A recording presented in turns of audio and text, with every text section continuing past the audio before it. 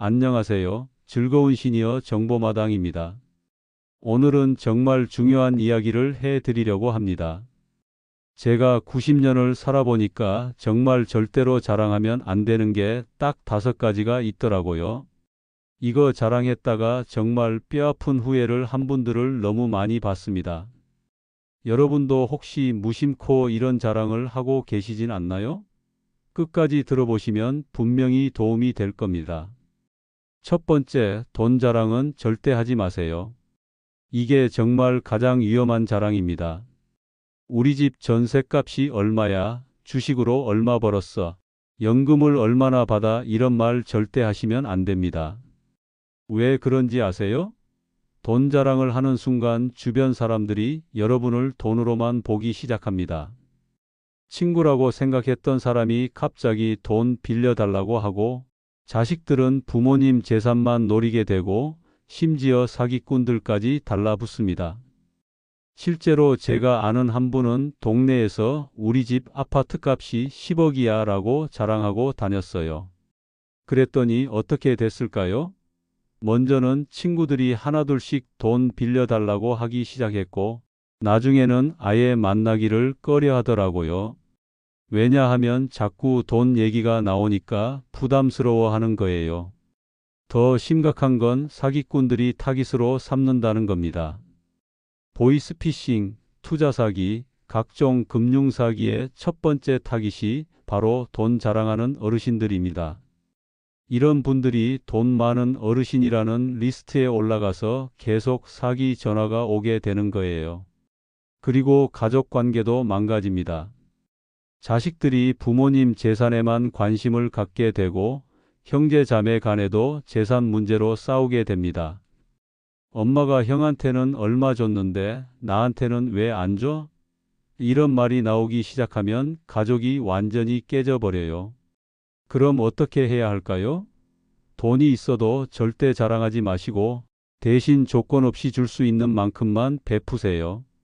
자식들한테도 이건 너희들 몫이야 라고 하지 말고 그냥 살면서 필요할 때 조용히 도와주는 겁니다. 그럼 정말 진짜 고마워하고 존경해 줍니다. 두 번째, 건강 자랑도 절대 하지 마세요. 나는 80살인데도 약 하나 안 먹어. 나는 병원 한 번도 안 가봤어. 나는 지금도 등산 매일 해. 이런 건강 자랑 정말 조심해야 합니다. 왜 그런지 아세요? 첫째는 듣는 사람 기분이 너무 나빠집니다. 아픈 곳이 많은 분들 앞에서 건강 자랑을 하면 그분들이 얼마나 위축될까요? 나는 왜 이렇게 아픈 곳이 많지? 하면서 자괴감에 빠지게 됩니다. 둘째는 건강 자랑하던 분들이 갑자기 아프게 되면 더 창피해 합니다. 어제까지 나는 건강해라고 자랑하던 분이 오늘 갑자기 쓰러지면 병원 가는 것도 창피해하고 치료받는 것도 부끄러워해요. 그래서 오히려 병을 키우는 경우가 많습니다. 셋째는 과신하게 됩니다. 나는 건강하니까 괜찮아라고 생각해서 정기검진도 안 받고 몸에서 보내는 신호도 무시하게 돼요. 그러다가 정말 큰 병이 생겼을 때 발견하게 되면 이미 늦은 경우가 많습니다. 제가 아는 한 분은 평생 나는 건강해라고 자랑하고 다녔어요. 그런데 75세에 갑자기 당뇨 진단을 받았습니다. 그동안 건강 자랑을 했던 게 너무 창피해서 아무한테도 말 못하고 치료도 제대로 안 받으려고 했어요. 결국 합병증까지 와서 지금은 정말 힘들어하고 계십니다. 그럼 어떻게 해야 할까요? 건강하다고 자랑하지 말고 대신 건강관리법을 나누세요. 나는 매일 이렇게 걸어. 나는 이런 음식을 먹어. 나는 이런 운동을 해. 이렇게 방법을 알려주면 다들 고마워합니다. 그리고 정기검진도 꼭 받으시고 몸에 이상이 있으면 빨리 병원에 가세요. 세 번째, 자식 자랑은 정말 조심해야 합니다.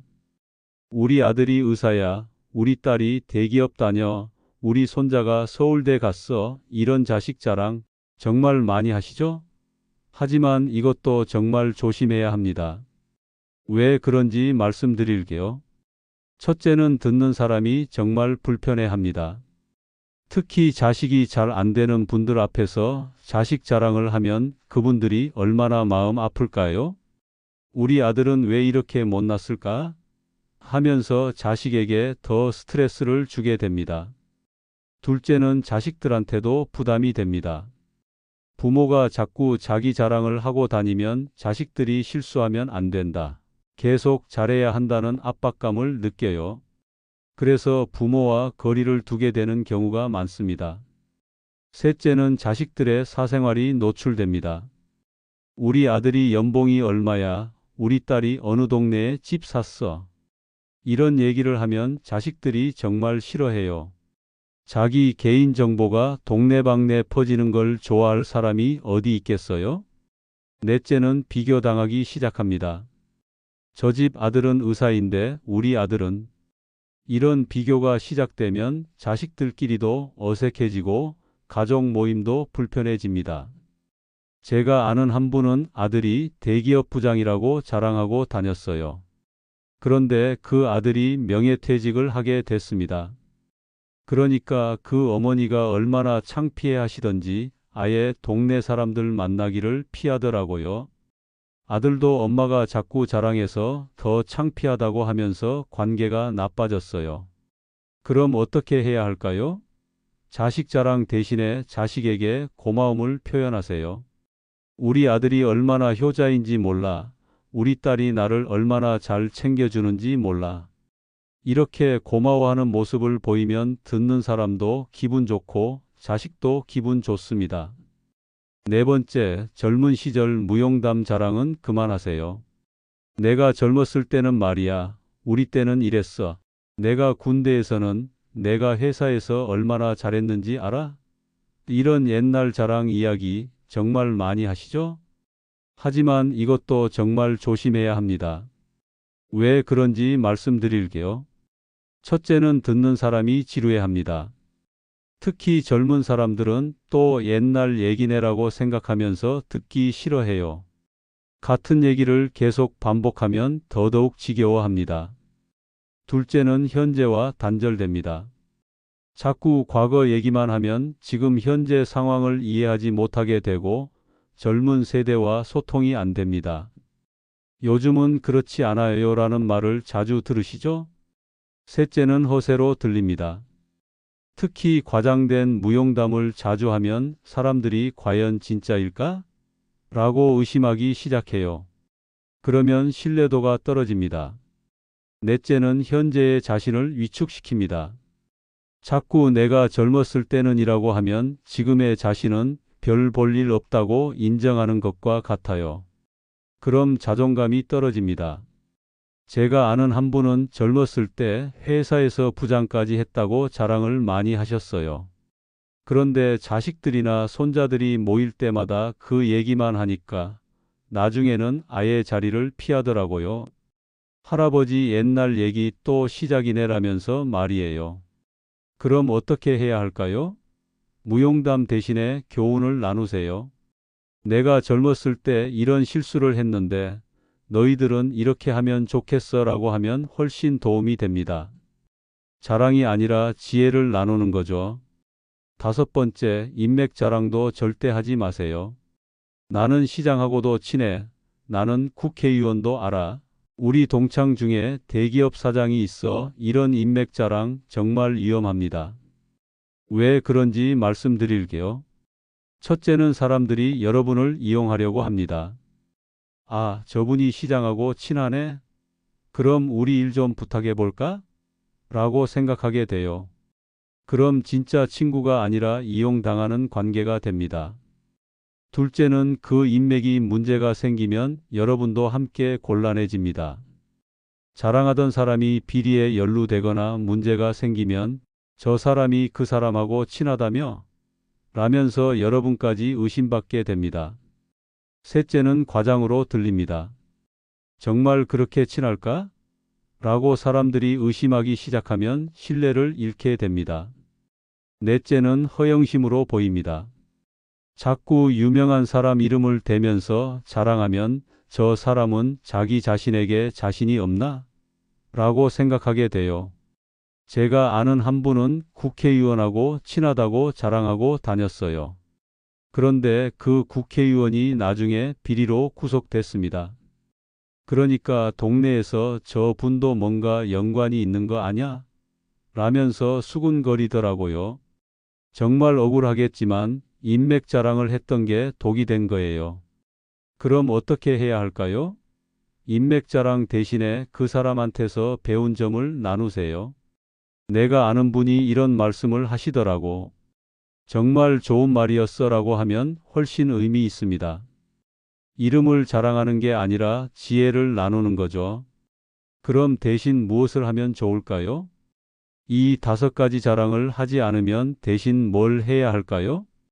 첫째, 감사 표현을 많이 하세요. 고마워, 덕분이야, 잘했네 이런 말을 자주 하시면 사람들이 여러분을 정말 좋아합니다. 둘째, 다른 사람 칭찬을 많이 하세요. 자기 자랑 대신 다른 사람 칭찬을 하면 그 사람도 기분 좋고 듣는 사람도 저분은 참 따뜻한 분이네라고 생각합니다. 실제 사례로 보는 자랑의 위험성. 제가 이런 말씀을 드리는 이유가 있습니다. 바로 제 친구 김춘자 할머니 이야기를 들려드릴게요. 춘자 할머니는 정말 좋은 분이었는데 자랑하는 습관 때문에 많은 어려움을 겪으셨거든요. 김춘자 할머니의 돈 자랑 실패담. 춘자 할머니는 몇 년 전까지만 해도 동네에서 부자 할머니로 유명했습니다. 우리 집 아파트 값이 15억이야. 주식으로 3억 벌었어. 은행에 돈이 얼마나 있는지 몰라 이런 말을 입에 달고 사셨어요. 처음에는 동네 사람들이 춘자 언니 대단하네라고 했지만 시간이 지나면서 분위기가 바뀌었습니다. 먼저 친구들이 하나둘씩 돈을 빌려달라고 하기 시작했어요. 춘자야, 나 급한 일이 있는데 500만 원만 빌려줄래? 이런 식으로 말이죠. 처음에는 친구니까 빌려줬는데 갚지 않는 사람들이 생기기 시작했습니다. 그래서 거절하니까 춘자는 돈 많으면서 인색하다, 친구도 도와주지 않는다는 소리를 들었어요. 결국 오랫동안 지낸 친구들과 관계가 나빠졌습니다. 더 심각한 건 사기꾼들이 달라붙기 시작한 거예요. 할머니, 투자하시면 1년에 30% 수익 보장해 드려요 라는 전화가 하루에 몇 통씩 왔습니다. 춘자 할머니는 나는 속지 않아라고 했지만 결국 그럴듯한 투자 사기에 걸려서 2천만 원을 날렸어요. 자식들 관계도 나빠졌습니다. 큰아들은 엄마가 돈 자랑하고 다니니까 우리 집안이 다 알려져서 부담스럽다고 했고, 작은 아들은 엄마가 형한테는 돈을 더 많이 주는 거 아냐?